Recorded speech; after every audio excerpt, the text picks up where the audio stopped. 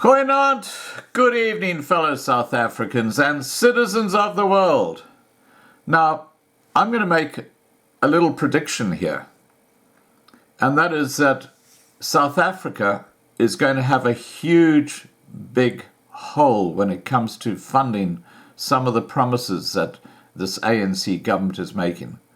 And for a government to fund things like a national health insurance scheme and expansion in different areas and all these weird promises it's making, you need a tax revenue base because that's what you use to actually fund things.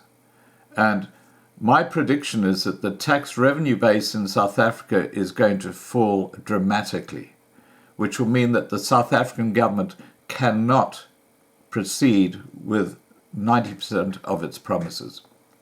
In fact, it's going to have to start laying off tens of thousands of people that are employed in government. Most of them do nothing anyway. But you're going to find government services are going to be worse than they already are. God knows what's going to happen in the public health system. That's going to be an absolute shocker. And I'll give you some context to what I'm talking about here.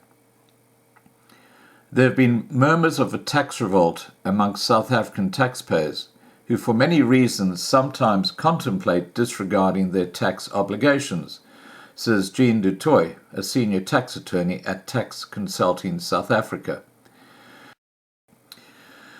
At this year's Tax Indaba, the Commissioner of the South African Revenue Service, or SARS, noted his concerns about the pervasive disillusionment among taxpayers, said du Toit.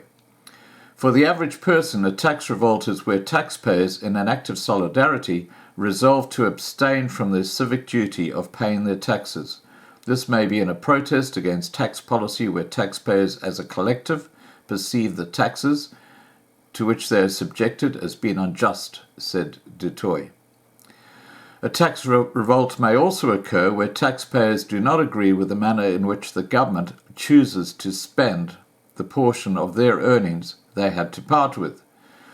Du Toit says one of the most broadly identified two types of taxpayers who revolt against paying taxes are those who do not pay and never have paid taxes, perhaps out of disdain for the very concept thereof, and those who, for some misguided sense of virtue, feel justified in discontinuing their tax obligations.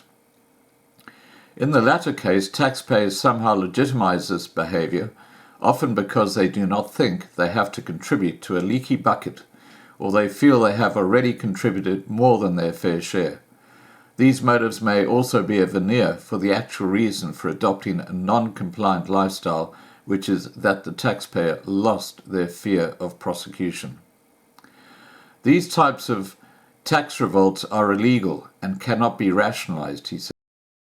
There is a second type of tax revolt, a less unscrupulous kind, where taxpayers deprive SARS of revenue by using legal means.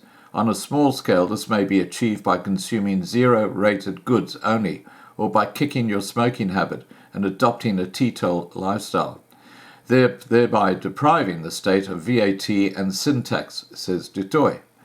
A far more effective yet legal act of defiance would be to cease your tax residency, in which case SARS could no longer have a claim to your worldwide income and capital gains, says du Toit.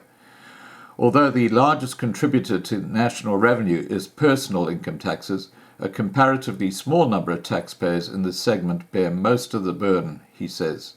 The taxpayers who seem to be leaving our shores are some of those relatively high earners on whom SARS relies heavily, says du Toit.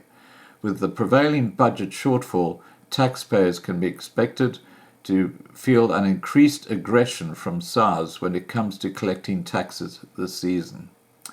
So just be aware that SARS is going to be on the prowl. And as I said, the tax base is shrinking dramatically, which is going to put huge pressure on the South African government. So what I'm saying is that they're not going to be able to go ahead with many of their promises. They're going to have to retrench a large number of people, and this is just going to add to the chaos that's already happening in South Africa. I mean, that's not a prediction. They've got no choice. All right, guys, please remember to subscribe.